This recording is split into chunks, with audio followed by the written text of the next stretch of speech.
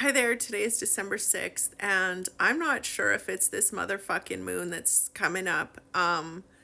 Apparently there's a full moon eclipse thing happening tomorrow night, and weirdly, for the longest time, I'm like, yeah, I don't know if I really believe that the moon has a lot of effect on us. Yeah, I think it does, because I have really been feeling these latest full moon eclipses, whatever is going on. I literally feel like I've just been going through some spin cycle in the washing machine of life. Holy fuck. Anyway, it's interesting because I spend time every morning connecting to my heart, getting to the place where, I call it the space of ease and flow where fear does not exist, because I feel like there is a place in our hearts that we get to every day if we sit and we are connected to our heart. And that to me is how we connect to spirit. But holy fuck, like I usually do it an hour a day. Lately I've been committing to 2 hours a day. It took me 3 hours today to get to this place where I'm like, holy shit, I can breathe. So I'm sharing this because I really, like, I've been talking a lot about, creating the life of your dreams, and how the life of your dreams really means getting to this place where we don't need anything. We're just so content with who we are and what we have. But also at the same time, when we're in that place, we can still have big dreams. We just lose the attachment to needing anything in order to make us happy. So, I've been putting these posts about these things, and I'm always very interested in sharing how the journey actually feels. Because if I would just keep telling you every day that we need to find this place of ease and flow where fear does not exist, you would think I was some fucking, enlightened beast sitting on a mountaintop or levitating throughout my day. And I fucking wish that were true, but it's not. I do get to these places every day where I'm feeling so much gratitude and I'm feeling so held by spirit. I do not have fears. I only have love. But those are times throughout the day. And then I get pulled out and I start to engage with the fears in my mind. And it's not as simple as like, oh, what am I doing? I need to get back into my heart. Sometimes it is. But most times it's like, holy fuck. I really need to go and lay down, or I need to listen to some worship music or meditation music, or go take a bath or go for a drive. I'm actually finding that going to the gym is a really good way to release some of that energy as well.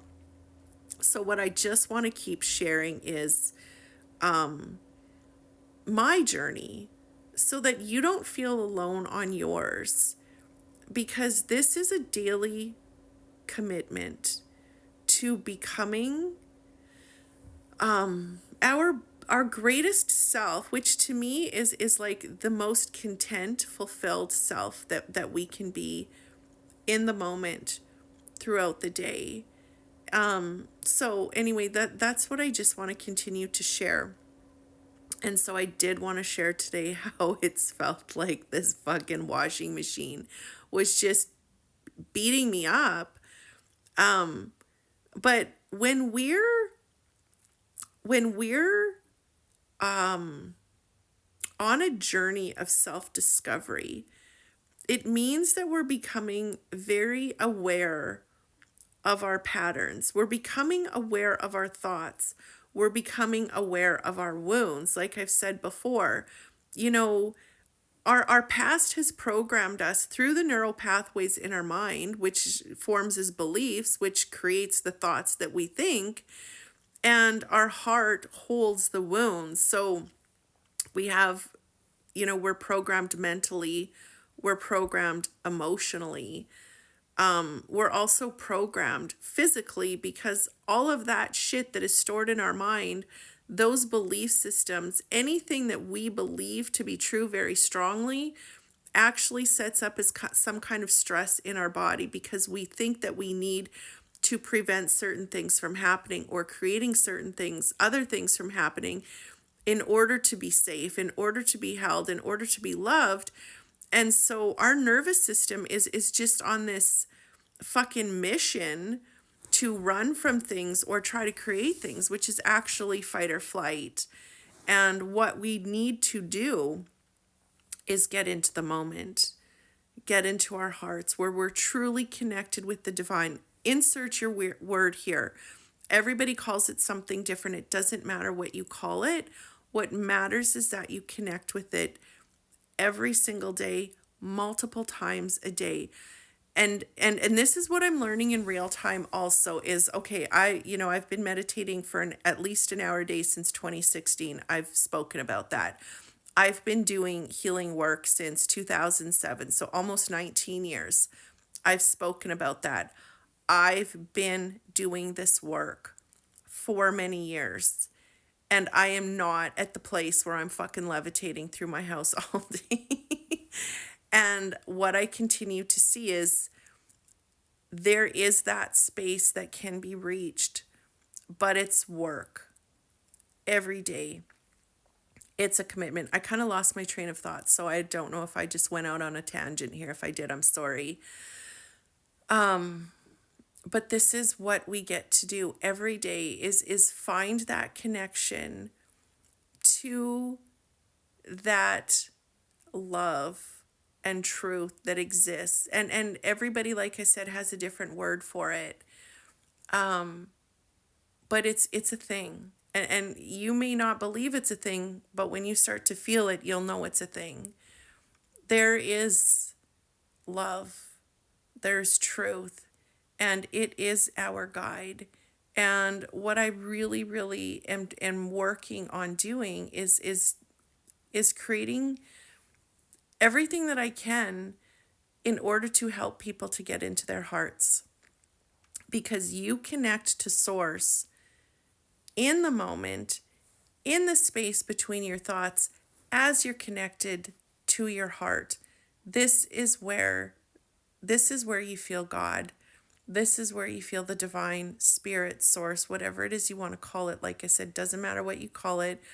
What matters is that you connect with it, because when you're in that space, like I've said, in the space of ease and flow where fear does not exist, it's actually a real thing, because you just know that you're safe because you feel safe.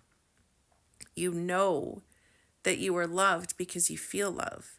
You know that everything is provided for you because you see the blessings in your life. No matter what has ever occurred in your life, there's a blessing in it. There always has been. We're meant to go through challenges to prune us and to shape us into stronger, more resilient people. If we always got our way, we would not be strong and powerful. Yet, it doesn't mean that your dreams cannot come true. It's all about surrendering. It's all about allowing. And it's all about getting to this place where you just know that everything is okay. And like I said, it's not a matter of just saying, oh, I just want to snap out of this, or I want to connect to the divine. It's a process. Find what works and do it, and then keep doing it. And I'm actually in this place right now where I'm noticing that, I'm starting to kind of venture out with my business and, with relationships and just like doing new things in my life. And so I'm finding that more triggers are being triggered, like they're surfacing. More beliefs are showing themselves. More fears are showing themselves. So I'm noticing that it's taking longer to calm my nervous system, to actually feel safe. And what I've been really doing, and I'm going to invite you to do the same thing, is really notice the times in your day where you feel held by spirit, where you know everything is okay, and really ask, what did I do to get here? And then keep doing it. And when you're pulled out, ask yourself, well, what pulled me out? Can I stop doing that or do it less? So that is my message for today.